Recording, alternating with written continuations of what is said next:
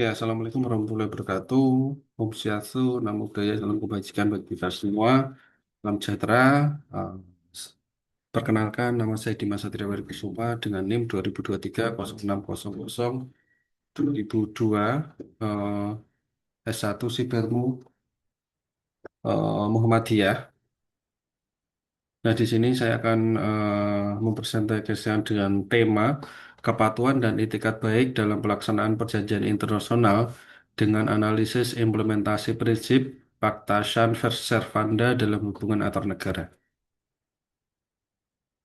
Nah, ini di latar belakangi satu, globalisasi menyebabkan hubungan antar negara semakin kompleks yang mencakup bidang politik, ekonomi, perdagangan, lingkungan, dan hak asasi manusia ya.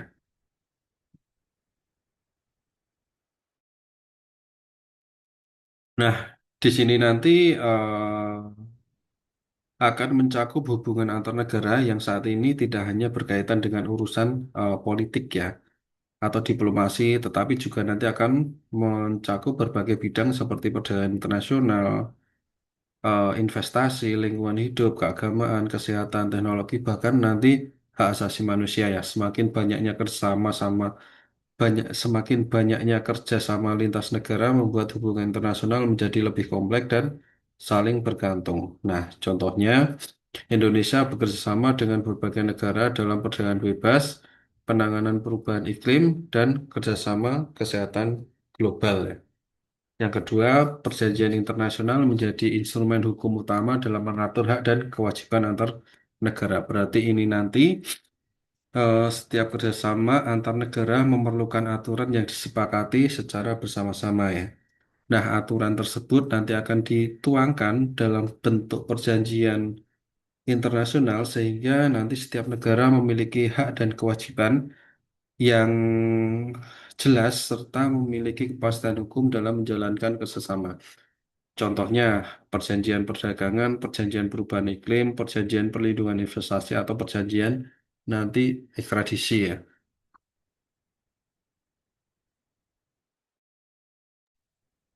Terus yang ketiga, tidak semua negara melaksanakan isi perjanjian secara konsisten. Lah, ini yang jadi masalah ya.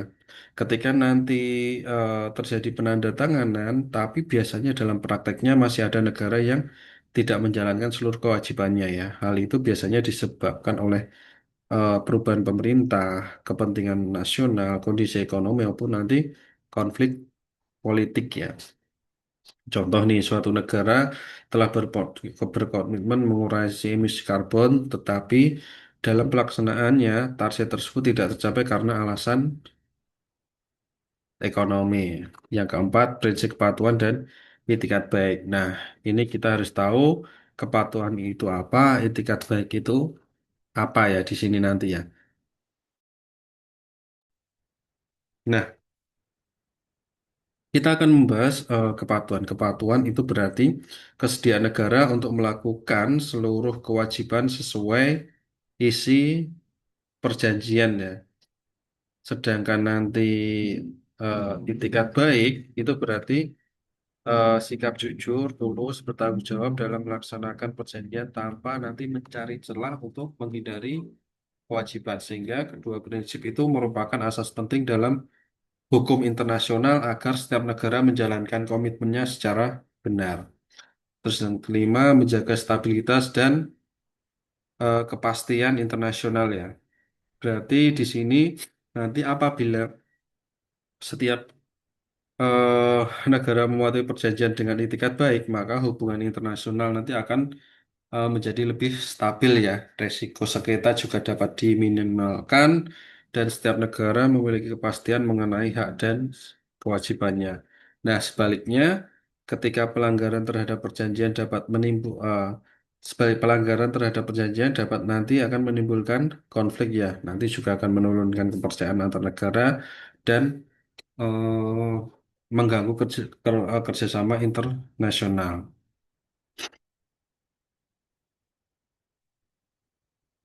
Terus selain latar belakang ini ada rumusan masalah. Yang pertama, apa yang dimaksud dengan kepatuhan dalam perjanjian internasional? Nah, yang kedua, bagaimana konsep good faith dalam hukum internasional? Yang ketiga, implementasi prinsip asas servanda. Lah, kita rumusan yang pertama itu artinya nanti apa yang dimaksud dengan kepatuhan dalam perjanjian internasional berarti ini pertanyaan nanti akan bertujuan untuk memahami makna kepatuhan, yaitu sejauh mana nanti negara itu melaksanakan hak dan kewajiban yang setelah disepakati dalam suatu perjanjian internasional sesuai dengan ketentuan hukum yang berlaku. Terus yang kedua, bagaimana konsep good faith dalam hukum internasional ini nanti berarti mengkaji itikat baik sebagai asas fundamental ya, yang mengharuskan setiap negara melaksanakan perjanjian secara jujur, konsisten, dan bertanggung jawab tanpa nanti adanya penyalahgunaan atau penghindaran kewajiban. Ada juga bagaimana implementasi prinsip paskasan servanda ya. Ini nanti akan diterapkan dalam praktek hubungan internasional dengan menegaskan bahwa setiap perjanjian yang telah disepakati wajib dipatuhi dan dilaksanakan oleh para pihak yang terikat dengan itikat tadi ya.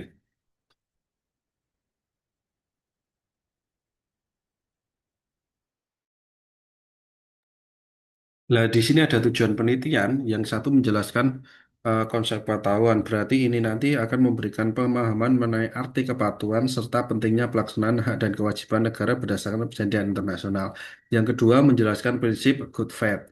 Ya, ini nanti menguraikan makna dan fungsi prinsip itikat baik secara asas fundamental yang menjadi dasar pelaksanaan perjanjian internasional. Yang ketiga, menganalisis implementasi paksasan servanda. Ini berarti nanti akan mengkaji bahwa prinsip ini akan diterapkan secara hukum internasional mulai contoh kasus dan kerjasama eh, kerjasama antar negara ya.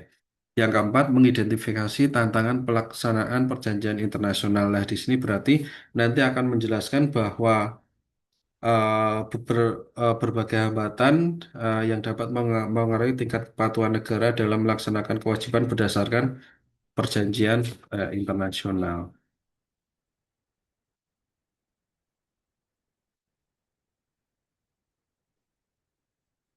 Nah, kita akan menganut dasar hukumnya ya. Nah, apa perkembangan mengenai kepatuhan dan itikat baik dalam perjanjian internasional nanti akan memiliki landasan hukum yang jelas ya, yaitu Vienna Convention of the Law of Treaties tahun 1969 atau sering disebut dengan Konvensi Wina ya.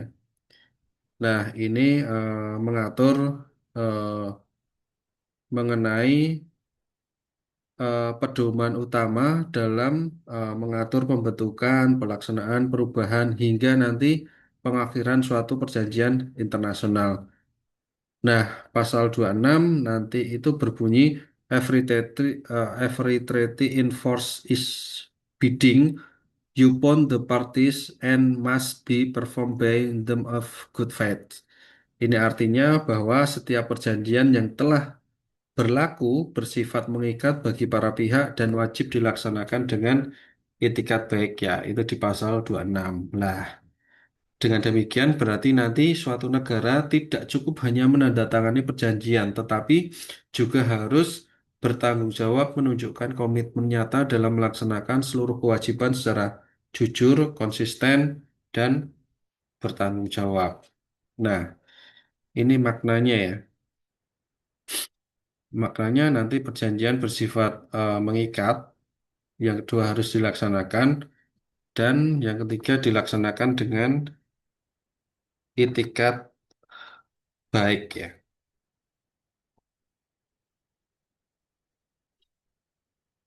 Terus ini ada konsep kepatuhan, ini atau compliant, ini artinya kepatuhan adalah melaksanakan hak dan kewajiban, menghormati isi perjanjian, tidak melakukan pelanggaran, menjaga kepercayaan antar negara ya. Berarti ini nanti kepatuhan dalam hukum internasional itu nanti akan menggambarkan sejauh mana suatu negara nanti menjalankan kewajiban yang telah disepakati dalam perjanjian internasional ya. Kepatuhan itu tidak hanya nanti berarti mentaati saja secara formal, tetapi juga menghormati tujuan yang telah dicapai melalui perjanjian tersebut. Ini tadi ya. Nah, empat ini ya.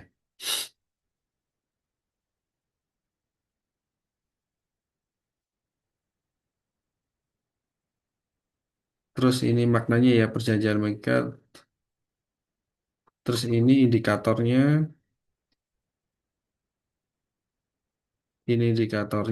konsisten, transparan, dan bertanggung jawab.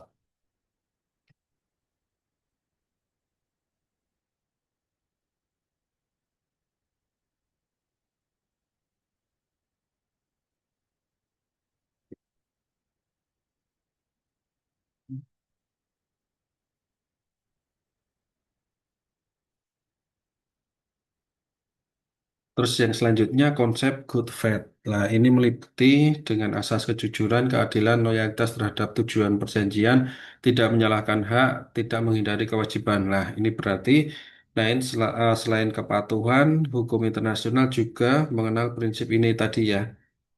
Nah, prinsip ini nanti akan mengandung bahwa setiap negara harus melaksanakan perjanjian secara jujur, adil, dan tidak menyalahgunakan. Lah, itikat baik ini juga mengharuskan negara untuk tidak mencari celah hukum guna menghindari kewajiban yang telah disepakati ya. Oleh karena itu, good faith nanti akan dipandang sebagai kewajiban hukum, tetapi juga sebagai standar etika dalam hubungan internasional. Selanjutnya, prinsip keasasan servanda itu nanti maknanya semua negara wajib mentaati isi perjanjian, tidak boleh menggunakan hukum nasional sebagai alasan mengingkari perjanjian.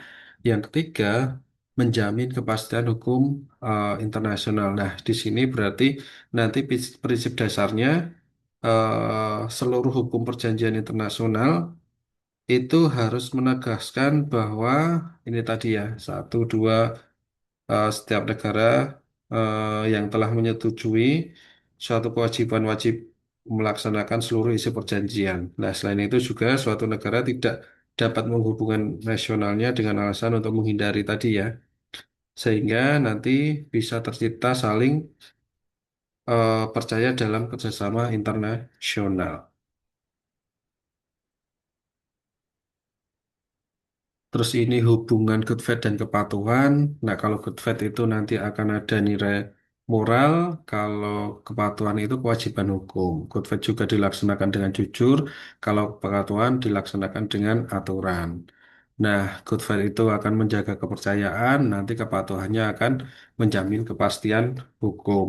Nah, walaupun nanti maknanya berbeda, good faith dan kepatuhan merupakan dua konsep ya, nanti yang saling melengkapi sehingga nanti akan menekankan pada pelaksanaan kewajiban sesuai dengan hukum. Nanti sedangkan good faith menekankan setiap moral moral dalam menjalankan kewajiban tersebut. Dengan kata lain, suatu negara tidak hanya dituntut untuk mematuhi isi perjanjian, tapi juga melaksanakan secara jujur dan sesuai dengan tujuan pembentukan perjanjian. Apabila nanti dua konsep ini nanti diterapkan bersama, maka hubungan itu akan berjalan lebih stabil dan penuh dengan kepercayaan. Nah, ini studi kasusnya sengketa Sipadan dan Legitan dan Paris Agreement ya. Lah, yang pertama sengketa Sipadan dan Legitan itu antara Indonesia dan Malaysia. Lah, diselesaikan melalui Mahkamah Internasional. Putusan tahun 2002 Indonesia menerima nanti putusan berarti ketika ketika sengketa Sipadan dan Legitan eh, itu nanti eh sengketa ini eh, berkaitan dengan itu ya, klaim kedaulatan atas dua pulau yang terletak di Laut Sulawesi. Nah, kedua negara itu sama-sama memiliki argumentasi bahwa secara historis atau yuridis mengenai kepemilikan wilayah tersebut. Nah, untuk menghindari konflik yang berkepanjangan, Indonesia dan Malaysia sepakat menyerahkan penyelesaian sengketa kepada Mahkamah Internasional. di Den Haag ya, atau yang sering disebut International Court of Justice ya. Nah, langkah ya untuk menyelesaikan ke Mahkamah Internasional ini menunjukkan bahwa kedua negara memilih jalur hukum internasional dibandingkan dengan menggunakan kekuatan politik atau militer ya, seperti yang sekarang itu kita lihat Iran dan Amerika. Pada tanggal 17 Desember 2022, lah ini Mahkamah Internasional memutuskan bahwa kedaulatan atas Pulau Sipadan dan berada di tangan Malaysia. Nah, sehingga dalam pertimbangan utama Mahkamah bukan semata-mata sejarah, tapi melainkan prinsip efektif occupancy ya, yaitu pihak yang terbukti melakukan pengolahan dan administrasi wilayah secara nyata dan berkelanjutan. Nah, yang di sini meskipun nanti putusan tersebut tidak menguntungkan Indonesia, pemerintah Indonesia menerima hasil putusan tersebut dan tidak melakukan tindakan yang bertentangan dengan putusan mahkamah itu. Nah, sikap ini berarti Indonesia mempunyai komitmen dalam menghormati hukum internasional serta menjaga hubungan diplomatik yang baik dengan Malaysia. Nah, dengan kasus ini dapat disimpulkan bahwa kepatuhan terhadap putusan Mahkamah Internasional merupakan bentuk nyata menerapkan prinsip pasca servanda, yaitu kewajiban untuk menghormati komitmen hukum internasional dan penerimaan Indonesia terhadap putusan tersebut juga mencerminkan prinsip good faith ya, karena Indonesia menunjukkan itikat baik dengan menghormati mekanisme penyelesaian sengketa yang telah disepakati bersama. Oleh karena itu, kasus Sipadan dan Likitan menjadi contoh bahwa penyelesaian sengketa melalui jalur hukum dapat menciptakan kepastian hukum dan menjaga stabilitas kawasan dan memperkuat kepercayaan antar negara. Terus kalau yang Paris Agreement eh, itu dilatar belakangi karena perjanjian internasional yang diadopsi di tahun 2005 di bawah United Nations Framework Convention on Climate Change atau UNFCCC itu membatasi kenaikan suhu global hingga di bawah 2 derajat Celcius serta mengupayakan batas 1,5 derajat Celcius dibanding dengan tingkat pra-industri ya. Nah, komitmen dari negara biasanya akan mengurangi emisi gas dan rumah kaca. Nah, perjanjian ini merupakan bentuk komitmen bersama antara masyarakat internasional untuk mengatasi perubahan iklim dengan menjaga kenaikan suhu bumi agar tetap berada di bawah 2 derajat Celcius. Bahkan nanti akan diupayakan tidak melebihi 1,5 derajat Celcius dibandingkan dengan masa praindustri ya. Nah, melalui perjanjian yang Paris Agreement ini, setiap negara berhak diwajibkan menyusun target nasional yang dikenal dengan Nationally Determined Contribution atau NDC ya. Yang ini nanti akan berkomitmen masing-masing negara dalam mengurangi emisi gas rumah kaca sesuai dengan kemampuan dan kondisi nasional. Namun biasanya ya dalam prakteknya implementasi perjanjian di Paris ini masih menghadapi berbagai tantangan ya. Tidak semua negara mampu atau bersedia memenuhi target yang telah ditetapkan. Nah, sehingga beberapa negara nanti akan masih bergantung pada energi yang berbasis batu bara atau bahan bakar fosil yang nanti eh, mengakibatkan eh, setiap negara nanti eh, akan mengalami penghambatan dalam pertumbuhan di ekonominya.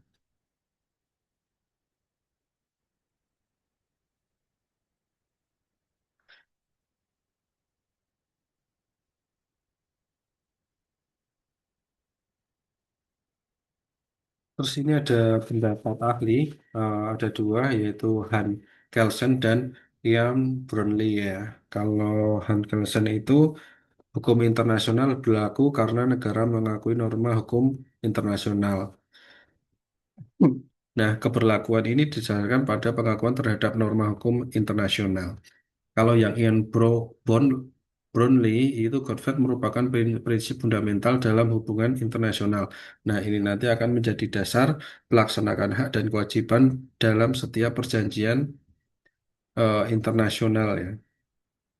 Jadi intinya nanti kepatuhan dan itikat baik merupakan fondasi keberhasilan pelaksanaan perjanjian internasional.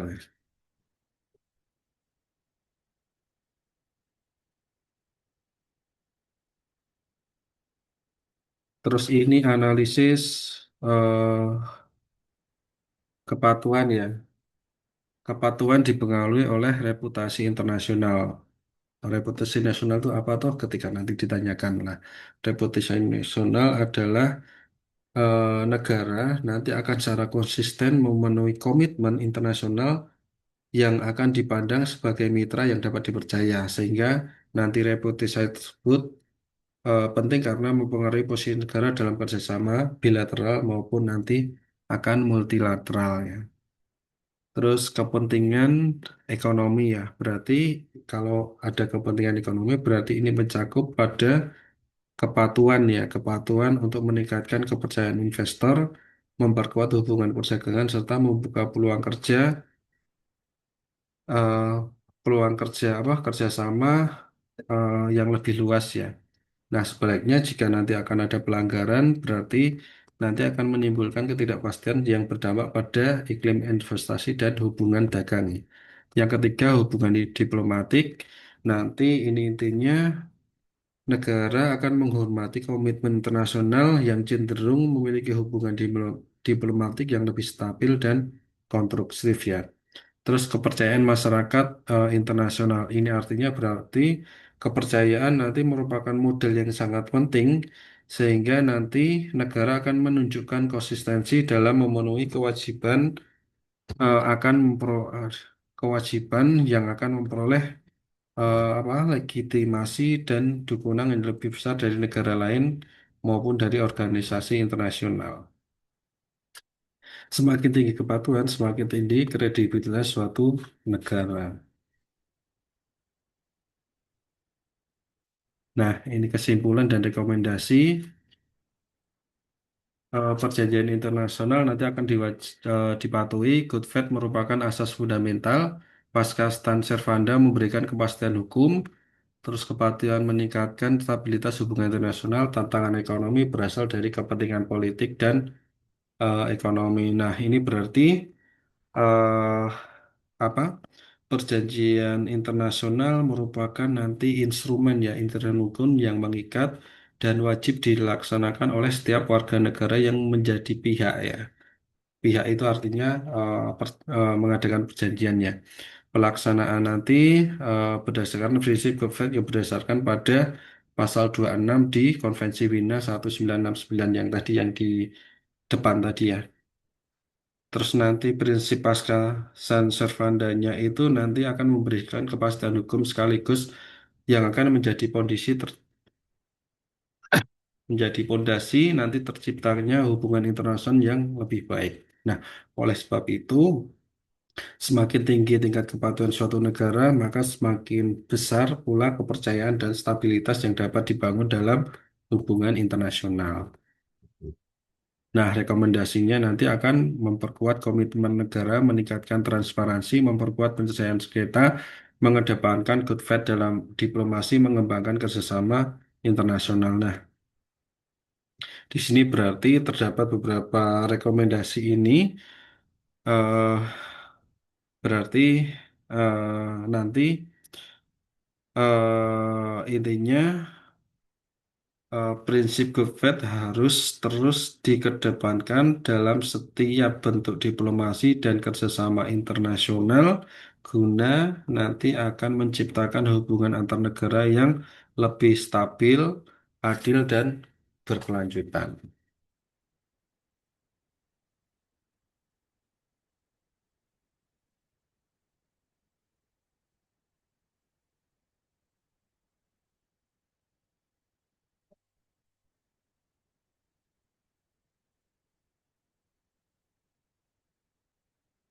Oke, ini untuk tantangan pelaksanaan tadi disebut ya faktor internal yaitu politik dan sendiri pergantian pemerintah kondisi faktor internalnya nanti akan ada geopolitik krisis global dan kepentingan ekonomi ya. Itu dari beberapa apa kesimpulan rekomendasi dan tantangannya. Baik, terima kasih. Begitu pemaparan dari saya apabila ada kesalahan atau tutur kata yang eh, kurang baik atau berkenan, mohon maaf. Wa wali taufiq wal hidayah. Wassalamualaikum warahmatullahi wabarakatuh.